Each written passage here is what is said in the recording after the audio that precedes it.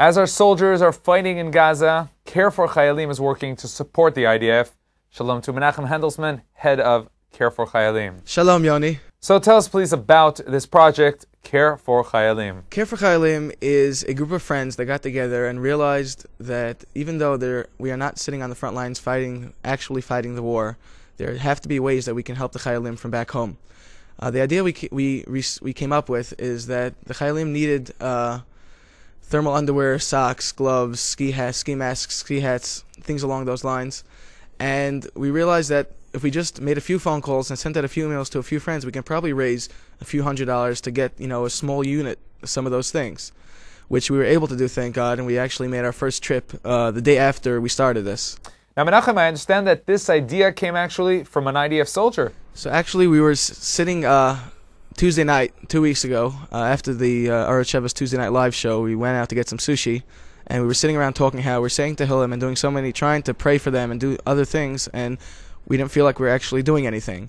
So we sent a text message to my first cousin, who's in Sayeret Sanchanim, and asked him, what can we do to help? And he said, no, we're fine. And I said, no, I'm serious. What can we do to help you? And he said, well, can you get some stuff for us? I said, sure. What do you need? And he said, we need some thermal underwear and some thermal socks. Can you get that for us? So we're like, sure, we're on it. So we started to, discussed it among the few of us who were there. And we said, okay, we need $700-800 to do this. And that was about 12 o'clock at night, Israel time. About 6 hours later, we realized we really need more like $2,000. And basically, it's been growing from there. We've made 3 trips so far. And every time, it's just been an amazing experience. People have been so amazing about it.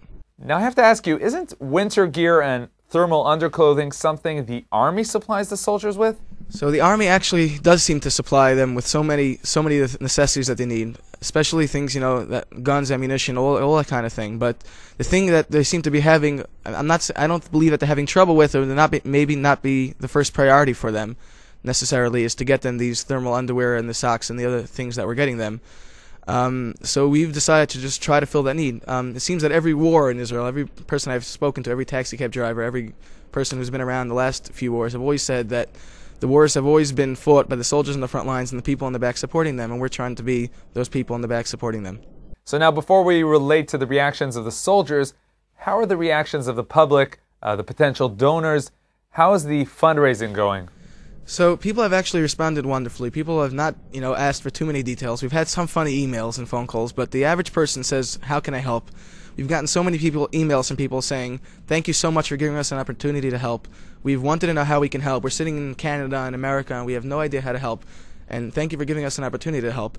Donations, thank God, have been coming in fantastically. We've raised over 70,000 shekels so far, and we're continuing. We hope to go out again on Thursday, and we're trying to raise enough money to make a new trip out there on Thursday. And now tell us please about your trip down south to the soldiers. How did they receive you? So the reaction of the soldiers actually was pretty amazing. We thought that, they'd be like, what are you guys doing here? And actually they received us literally with open arms, and they were so thankful. They actually asked us if we can get them some other things also, and we're trying for that also. They wanted like ketchup and Thousand Island dressing for some reason, and coffee and other things, which we've been aiming for also.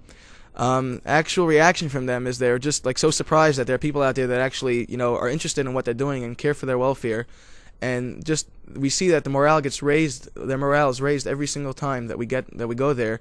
They have just a totally different reaction from when we first came there till when we leave. And last but absolutely not least, how can one participate in this important initiative? So the way that people can help us right now is circulate emails and phone calls among your communities wherever you are, and ask them to help donate. And just besides sending in your donation, but ask the people around you, the people that the people that we're not reaching, to help us with donations. Donations can either be mailed to Jill@anydental.com, Jill@anydental.com, that's a PayPal account, or they can be mailed through the U.S. mail to Hamerikaz, 1646 41st Street, Brooklyn, New York, 11218. And in Israel, they can be mailed to Kalfa Family, 27 Ruvain Sherry, Ramot 06, Israel. Menachem Handelsman, thank you very much for joining us. Thank you so much, Yoni.